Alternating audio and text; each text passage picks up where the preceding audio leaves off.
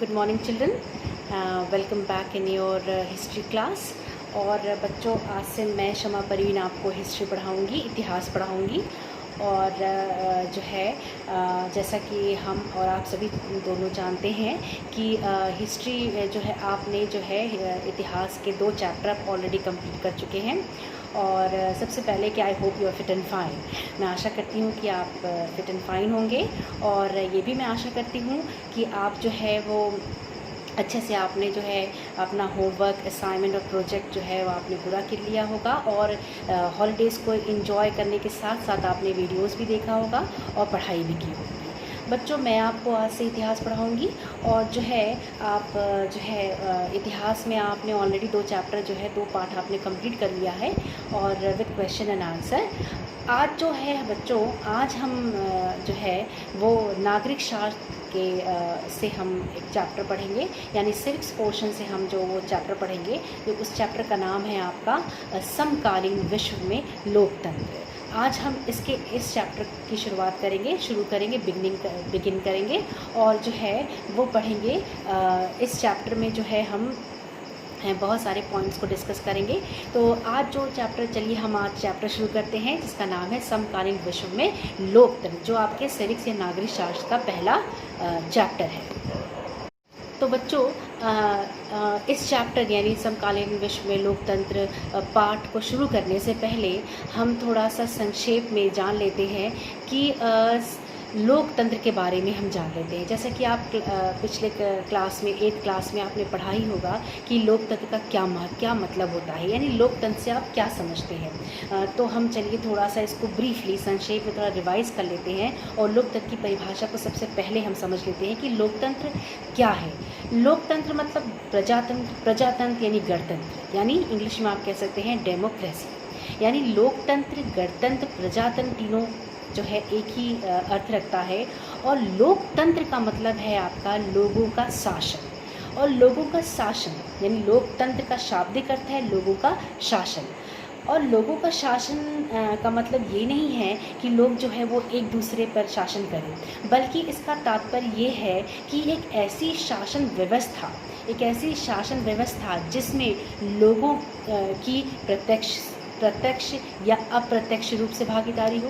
प्रत्यक्ष means direct या अप्रत्यक्ष मीन्स इनडायरेक्ट, यानी लोगों की जो है वो प्रत्यक्ष या अप्रत्यक्ष रूप से जो है शासन में, यानी ऐसी शासन प्रणाली में जिसमें लोगों की प्रत्यक्ष या अप्रत्यक्ष रूप से भागीदारी हो।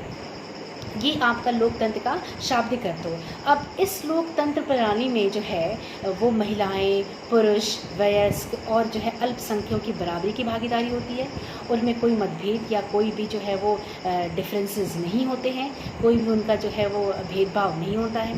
अगर अब जो है हमारी जो हमारी लोकतांत्रिक व्यवस्था है, जो हमारी लोकतांत्रिक व्यवस्था है, उसमें क्या है कि 18 साल के सभी वयस्क जो 18 साल के हैं, ये 18 साल के जो ऊपर के जो लोग, आयु के ऊपर के लोग हैं, उनको मतदान देने का अधिकार है।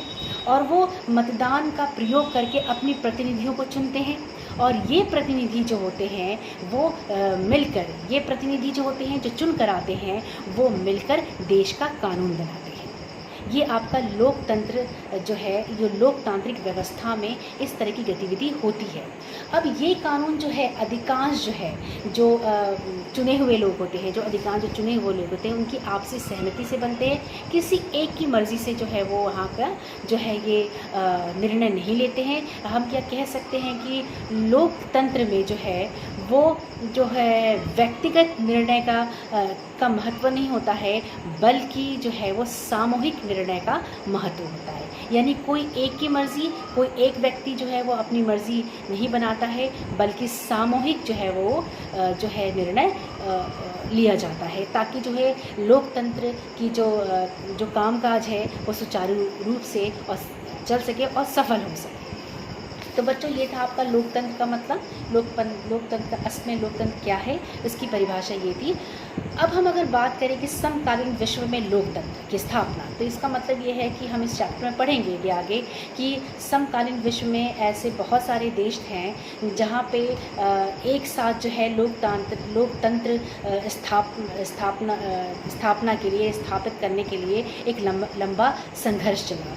इसमें हम पढ़ेंगे चिली के बारे में, पोलैंड के बारे में, और आगे पढ़ेंगे नेपाल के बारे में, किस तरीके से इन देशों में जो है वो लोकतंत्र स्थापित हुआ और लोगों को किस तरीके से लंबा संघर्ष करना पड़ा था लोकतंत्र को स्थापित करने के लिए। तो बच्चों, अब हम शुरू करते हैं चैप्टर लोकतंत्र के बारे में। हमने आपको बताया कि लोकतंत्र का जो है वो मतलब क्या होता है, यानी लोगों का शासन, यानी एक ऐसी शासन व्यवस्था जिसमें जो है वो लोगों की प्रत्यक्ष या अप्रत्यक्ष रूप से भागीदारी होती है। बच्चों, अगर हम बात करें, लोकतंत्र की बात कर रहे हैं, तो जो 21वीं शताब्दी है वो लोकतंत्र की शताब्दी है, यानी एक प्रजातंत्र की शताब्दी है, क्योंकि अधिकांश जो विश्व के देश हैं वो लोकतंत्र स्थापित करने के लिए जो है अग्रसर है और प्रयत्नशील है। बहुत देश, विश्व के आधे से ज़्यादा देश जो है वो लोकतंत्र प्रणाली को अपना रहे हैं, और उनको जो है वहाँ पे जो है अपने अपने देशों में बहुत सारे ऐसे देश हैं, विश्व के आधे से ज़्यादा देश हैं जहाँ पे गणतंत्र, प्रजातंत्र स्थापित हो रहा है। लेकिन जो है लेकिन हम ये जानने के साथ साथ कि जो लोकतंत्र का जो ये विकास है, जो इसका डेवलपमेंट है, इसमें ये जो है डेवलपमेंट बहुत आसानी से नहीं हुआ। इसका जो डेवलपमेंट जो है वो बहुत सरलता से नहीं हुआ है, बल्कि इसके पीछे देशों में इसके लिए कई देशों को लंबा संघर्ष करना पड़ा, लोगों को बहुत लंबा संघर्ष करना पड़ा लोकतंत्र की स्थापना करने के लिए। देशों को एक लंबा युग देखना पड़ा संघर्ष का, जब गणतंत्र या लोकतंत्र स्थापित हुआ। अगर हम बात करें, हम बहुत दूर नहीं जाते हैं, अपने ही देश के बारे में बात करते हैं। हमारे भारतवर्ष में भी गणतंत्र, हमें गणतंत्र होने में हमने भी बहुत लंबा संघर्ष किया, और हमारे देश ने भी जो है वो लोकतंत्र स्थापित करने के लिए बहुत सारी जो है वो त्याग दिए, बहुत सारी लड़ाइयाँ, बहुत सारे संघर्ष किए। और इसी तरीके से विश्व के और भी अन्य देश जो हैं उन्होंने भी लोकतंत्र स्थापित करने के लंबा संघर्ष किया, और आज भी वो लंबा संघर्ष बहुत सारे देश कर रहे हैं। लेकिन साथ साथ उनको ये भी भय लगा रहता है कि कहीं ऐसा तो नहीं कि आगे चल के हालात जो है वो कहीं बिगड़ ना जाए और फिर से स्थिति जो है वो संकटपूर्ण ना हो जाए। तो इस तरह का भय भी लोकतंत्र में लगा रहता है। लेकिन फिर भी इन सारी रुकावटों के बावजूद भी, इन सारी बाधाओं के बावजूद भी जो है बहुत सारे देश जो है वो इस लोकतंत्र प्रणाली को अपना रहे हैं और गणतंत्र की स्थापना में लगे हुए हैं और उसके लिए अग्रसर भी हैं। तो जो है और इन्हीं देशों में से एक छोटा सा देश है जिसके बारे में हम पढ़ेंगे, वो है चिली। चिली जो है वो साउथ अमेरिका का एक छोटा सा देश है, और जो है वहाँ पे ये छोटा सा एक देश है साउथ अमेरिका में। और आप देखेंगे कि आज की स्थिति में देखेंगे हम पढ़ेंगे आगे कि चिली में किस तरीके से लोकतंत्र स्थापित हुआ, किस तरीके से वहाँ पे लोकतंत्र उदय हुआ, फिर उसका पतन हुआ, फिर से उदय हुआ, और फिर जो है पतन हुआ, और फिर जो है वो चिली में जो है तीसरी बार जो है वो लोकतंत्र की वापसी हुई। तो यहाँ पर जो साउथ अमेरिका, जो दक्षिण अमेरिका का जो सभी जो 12 देश हैं, उसमें आज के टाइम में, वर्तमान समय में अगर हम देखें तो वहाँ पे जो गणतंत्रीय सरकार है, यानी लोकतांत्रिक सरकार है। लोकतंत्र ऑलरेडी या लगभग जो है लोकतंत्र स्थापित हो चुका है। अब यहाँ पे चिली में क्या सिचुएशन बनी, क्या परिस्थिति बनी कि यहाँ पे जो है सल्वाडोर ओएंदे जो थे वो यहाँ के एक प्रमुख नेता थे, जो सोशलिस्ट पार्टी के जो हैं ये नेता थे, ये समाजवादी विचारधारा को मानने वाले थे। इन्होंने क्या किया कि इन्होंने ये 1970 में इन्होंने 1970 के आम चुनाव में इन्होंने हिस्सा लिया, और वो चुनाव वो जीत गए, और वो जो है वो चिली के राष्ट्रपति बनाए गए। चूँकि ये समाजवादी विचारधारा के थे, लोकतांत्रिक विचारधारा को मानने वाले थे, गणतंत्र विचारधारा को मानने वाले थे, इसीलिए इन्होंने जो है वो चिली में गणतंत्र स्थापित किया और लोकतंत्र प्रणाली को अपनाया। अब ओएंदे जब राष्ट्रपति बने, ओएंदे के राष्ट्रपति होने से पहले चिली में जो है वो सैन्य शासन था, यानी सैनिकों का शासन था, मिलिट्री रूल था वहाँ पे, यानी सैनिकों का वहाँ पर शासन था। और जब ओएंदे आम चुनाव जीत कर वो आए, तब उन्होंने क्या किया, इस सैनिक राज्य का अंत किया, यानी सैनिक रूल का जो है वो उन्होंने अंत किया, और उन्होंने एक समाजवादी विचारधारा पर आधारित एक लोकतंत्र की स्थापना चिली में की। अब उनके राष्ट्रपति बनने के बाद जो है वो उन्होंने सबसे पहला काम जो किया था वो ये था कि उन्होंने गरीब मज़दूरों और जो है गरीब किसानों के लिए जो उनके सुधार के लिए बहुत से कार्यक्रम शुरू किए, उनके उत्थान के लिए बहुत सारी नीतियों को भी उन्होंने अपनाया। और दूसरा उन्होंने सबसे महत्वपूर्ण काम जो उन्होंने किया वो जो है उन विदेशी कंपनियों के विरोध में थे, खिलाफ थे, जो कि उस देश की प्राकृतिक संपदा जैसे लोहा, तांबा, इस तरह के प्राकृतिक संपदा को वो चिली देश से ले जाकर अपने देश में ले जाकर वो वहाँ पर ले जा रहे थे, वहाँ अपने देश में को लाभप्रद कर रहे थे। तो जो ये ओएंदे थे, जो राष्ट्रपति थे, वो इन विदेशी कंपनियों के वो जो खिलाफ थे, उन्होंने खिलाफ एक मुहिम, एक विद्रोह शुरू किया कि वो जो है ये विदेशी कंपनियां जो है उनकी प्राकृतिक संपदा को हानि न पहुंचाएं। हालांकि आप जानते ही हैं कि जब किसी समाज में नई चीज़ आती है, नई क्रांति आती है या नया आंदोलन शुरू होता है, तो उसके बहुत सारे समर्थन करने वाले भी होते हैं और बहुत सारे विरोध करने वाले भी होते हैं। और ओएंदे राष्ट्रपति जो थे, ये जो समाजवादी विचारधारा के थे, इनके साथ भी कुछ ऐसे ही हुआ। इनकी नीति के खिलाफ चर्च वर्ग था, अमीर वर्ग था या कुछ ज़मींदार वर्ग थे, और बहुत सारे राजनीतिक पार्टियां थीं जो इनकी नीतियों के खिलाफ थे, विरोध में थी। और ये विरोधी नीतियां इतनी ज़्यादा आगे बढ़ी कि 1973 में जो है वो जो है फिर से जो है वो तख्ता पलट हो गया। और 1973 में, यानी 1973 से पहले अगर हम बात करें 1972 में के मध्य में, तो वहाँ पे ओएंदे के नीतियों के ख़िलाफ़ जो है वो बहुत सारी राजनीतिक पार्टियों ने प्रदर्शन करना शुरू कर दिया, हड़ताल करना शुरू कर दिया, रैलीज़ निकालने लगे, और एक अर्थव्यवस्था भी संकट में आ गई और राजनीतिक संघर्ष भी वहाँ शुरू हो गया था। तो इस तरीके से, और इसी बीच, इन सब विरोधों के बीच जो है 11 सितंबर 1973 में जो है वो नौसेना के एक समूह ने जो है वहाँ चिली के बंदरगाह पे कब्ज़ा कर लिया, और वहाँ के नौसेना के जो अधिकारी थे वो रेडियो के थ्रू उन्होंने ओएंदे को ये चेतावनी दी कि वो जो है राष्ट्रपति पद से वो इस्तीफ़ा दे दें।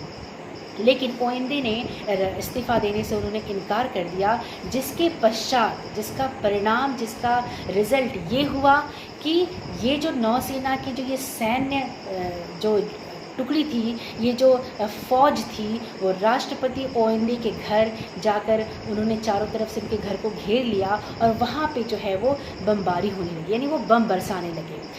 इस फ़ौजी हमले में जो है ओएंदे की मृत्यु हो जाती है। अब जब ओएंदे की मृत्यु हो जाती है इस हमले और इनकी मृत्यु के बाद अब चिली में राजनीतिक गतिविधियाँ बहुत तेज़ हो जाती हैं, यानी उनमें केओस, एक जो है वो उथल पुथल शुरू हो जाता है। और फिर उसके बाद क्या होता है, 11 सितंबर को ही 1973 में चिली में सैनिक तख्ता पलट होता है, यानी, और इस विद्रोह की जो नेतृत्व था, इस विद्रोह की जो अगुवाई थी, यानी जो लीडरशिप था, जो नेतृत्व था, वो सेना के जनरल ऑगस्टो पिनोशे कर रहे थे। ऑगस्टो पिनोशे जो सेना के जनरल थे, उन्होंने इस विद्रोह का नेतृत्व किया, और नेतृत्व किया जो कि ओएंदे के नीतियों के वो खिलाफ थे। और इनकी मदद अमेरिका कर रहा था। क्यों? क्योंकि अमेरिका भी कहीं ना कहीं ओएंदे की नीतियों के खिलाफ था, उनके समाजवादी विचारधारा से वो सहमत नहीं था। इसीलिए अमेरिका देश भी जो है वो पिनोशे का उन्होंने सपोर्ट किया, यानी समर्थन दिया। अब इस सैन्य तख्ता पलट के बाद क्या हुआ कि जो पिनोशे थे वो चिली के राष्ट्रपति बन गए, यानी वहाँ के ओएंदे के बाद जो है वो चिली के राष्ट्रपति जो है वो पिनोशे बने, जनरल ऑगस्टो पिनोशे बने, और उन राष्ट्रपति बनने के बाद उन्होंने 17 वर्षों तक वहाँ शासन किया। और जो है पिनोशे की सरकार जो थी, जब वो सरकार उन्होंने जब सरकार बनाया, जब वो राष्ट्रपति बने, तो उन्होंने सबसे पहले क्या किया कि जो ओएनडी के फॉलोअर्स थे, जो ओएनडी के अनुयायी थे, जो समर्थक थे और जो लोकतंत्र की मांग को रखने वाले थे, उनको उन्होंने जो है वो प्रताड़ित करना शुरू कर दिया, उन पे अत्याचार करना शुरू कर दिया, उनका दमन किया और जो है उनकी हत्या भी की। यानी वो ओएनडी के अनुयायी को, ओएनडी के समर्थकों को और लोकतंत्र की मांग को रखने वाले लोगों को उन्होंने प्रताड़ित किया, उनका दमन किया और उनकी हत्या भी करी। तो लेकिन चिली की इस राजनीतिक उथल-पुथल, इस राजनीतिक गतिविधि के बीच में, जहाँ एक तरफ जो है वो पिनोशो जो है उनकी वो अपनी क्रूर नीतियों से जो है वो जो है लोकतंत्र को समाप्त कर रहा था, वहीं दूसरी ओर जो है जो नौसेना यानी वायुसेना के जनरल थे, जिनका नाम था अल्बर्टो बैशले, इन्होंने क्या किया, इन्होंने इस तरह के तख्ता पलट से इनकार कर दिया। वो शामिल नहीं थे, यानी वो पिनोशे के समर्थन में नहीं थे।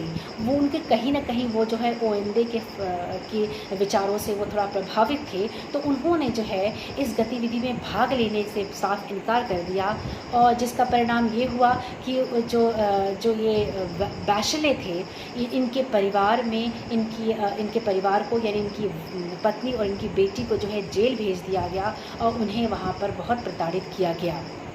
उसके बाद जो है कि इसके अतिरिक्त इन सब क्रूर गतिविधियों, क्रूर नीतियों के साथ साथ जो है पिनोशे की सरकार ने जो है 3000 से ज़्यादा लोगों की हत्या भी की। तो बच्चों, ये आपका जो ये सिलसिला था, ये तो आपने देखा कि किस तरीके से जो है वो पिनोशे की किस तरीके से चिली में जो है वो गणतंत्र की स्थापना हुई, किस तरीके से लोकतंत्र की स्थापना हुई, किस तरीके से लोगों ने लोकतंत्र की स्थापना की, किस तरीके से ओएनडी जो है वो आम चुनाव जीत के 1970 में वो राष्ट्रपति बनते हैं और वो समाजवादी विचारधारा के साथ जो है वो बहुत सारी उन्होंने पॉपुलर यूनिटी नामक संगठन का भी, गठबंधन का भी किया था और वो सोशलिस्ट पार्टी के संस्थापक भी थे। वो समाजवादी विचारधारा को मानने वाले थे और उन्होंने जो है गरीबों, किसानों, मज़दूरों के लिए जो है कार्यक्रम शुरू किया। लेकिन उनकी जो नीतियाँ थीं वो बहुत सारे वर्गों को पसंद नहीं आई और उनके खिलाफ जो विद्रोह भी होने लगा। और किस तरीके से फिर से चिली में जो है वो राजनीतिक जो है वो तख्ता पलट होता है और फिर से जो है वो सैन्य का शासन आ जाता है और जो है वो ओएनडी की मृत्यु हो जाती है और 11 सितंबर 1973 में जो है वो सैनिक तख्ता पलट फिर से हो जाता है। और फिर आपने देखा, पहले जो है लोकतंत्र का उदय हुआ चिली में, फिर उसका पतन हुआ, फिर से जो है वो उसका पतन किस तरीके से होता है और फिर इसके बाद जो है वो किस तरीके से पिनोशे की सरकार आती है और वो अपनी क्रूर नीतियों के द्वारा जो है राज्य करती है, 17 वर्ष तक वहाँ पे शासन करती है। लेकिन ये परिस्थिति भी बहुत दिन तक नहीं रही। यानी पिनोशे की जो अत्याचारी सरकार थी, जो अत्याचारी रूल था, जो बर्बरता थी, वो बहुत दिन तक जो है वो कंटिन्यू नहीं रही, बहुत दिन तक नहीं रही। और जो है चिली में लोकतंत्र एक बार फिर जो है वापस आता है, एक बार फिर लोकतंत्र की जो है वो स्थापना होती है। तो बच्चों, जो है आज हम जो है वो यहीं पे समाप्त करते हैं और आगे के लेक्चर में जो है हम पढ़ेंगे कि चिली जैसे छोटे देश में, जो साउथ अमेरिका का एक छोटा सा देश है, वहाँ पे किस तरीके से जो है वो फिर से लोकतंत्र की स्थापना होती है, किस तरीके से लोकतंत्र की वापसी होती है और फिर इसके बाद जो है वो किस तरीके से जो है सैनिक शासन जो है वहाँ का अंत होता है और गणतंत्र की फिर से स्थापना होती है। तो अगले सेशन में, अगले लेक्चर में हम इसके बारे में डिस्कशन करेंगे और इसके बारे में चर्चा करेंगे। तो बच्चों कि आई होप कि मैं आशा करती हूँ कि आपको जो है वो पॉइंट समझ में आए होंगे और जो है और अगर आपको कोई डाउट हो, कोई प्रॉब्लम होती है तो आप कमेंट बॉक्स में लिखके मुझे भेज सकते हैं और इम्पॉर्टेंट पॉइंट्स जो है वो आप नोट करते जाइएगा, वीडियो ज़रूर देखिएगा। और जो है तो हम यहीं पे आप बंद करते हैं। अगले सेशन में हम आप फिर इस चैप्टर को कंटिन्यू करेंगे और अगला टॉपिक हमारा होगा लोकतंत्र की वापसी, यानी चिली में लोकतंत्र की वापसी। So take care of yourself and good bye.